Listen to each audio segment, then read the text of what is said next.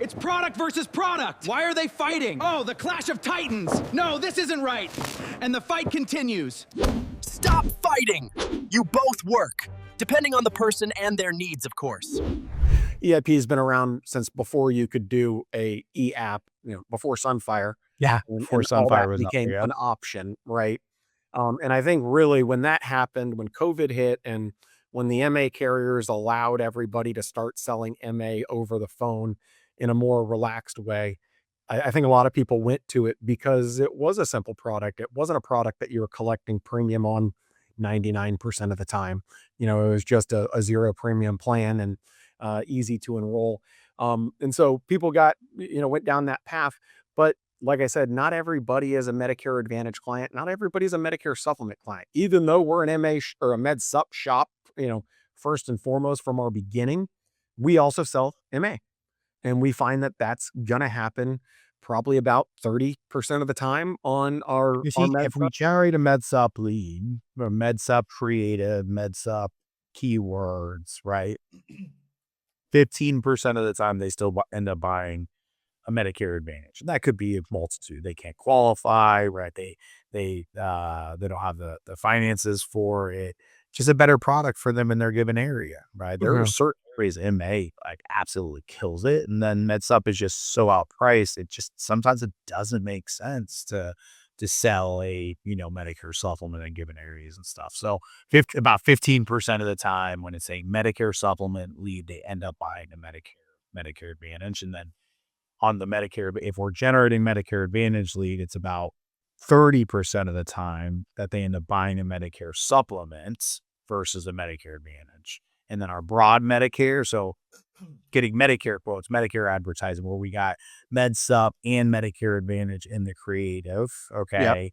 And just saying, hey, we're a true broker, whatever you need, whatever you want, we're here to assist you.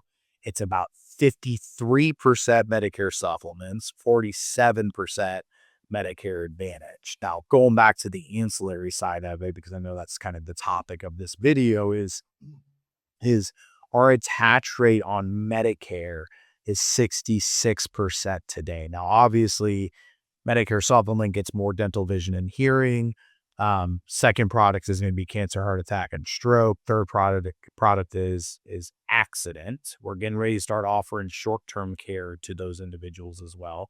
We consider life insurance a core policy, but it's an ancillary policy to our Medicare agents. For our life division, right? It's a core policy over there. We get a little bit of a tax rate there, on life insurance to our Medicare, but it's not a huge focus of the agency. I'm not saying that's right. We're working on it. We're getting better. We're not perfect, right?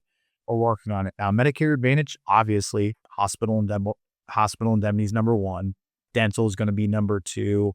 And then accident and CHAS are going to be three, right? It's kind of, they're blended there. And it just makes logical sense if you're doing needs analysis, fact-finding, education, right? During needs analysis, sell the product to a need, not a need and a want, versus the agent just upsell to make more money. We don't allow our agents to do that. I mean, has to fit into a need or a want for us to be able to sell that any policy, whether it be a Med Supp or it be a Medicare Advantage, it be ancillary or anything else like that.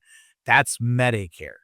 Life insurance. So life insurance is new to us. We're a little over a year into this venture with life insurance, and we're at 50-ish agents today. We're getting ready to hire another 30 that start less than a month from now. Very fruitful, it's doing very, very well. Our placement persistency are doing amazing. Again, if you sell to a need and a need, more of a need for final expense than a want, because if you sell more to a want, everybody wants $10 million in life insurance. Of course. Why not? 30,000, right? So it's more selling to a need for life insurance.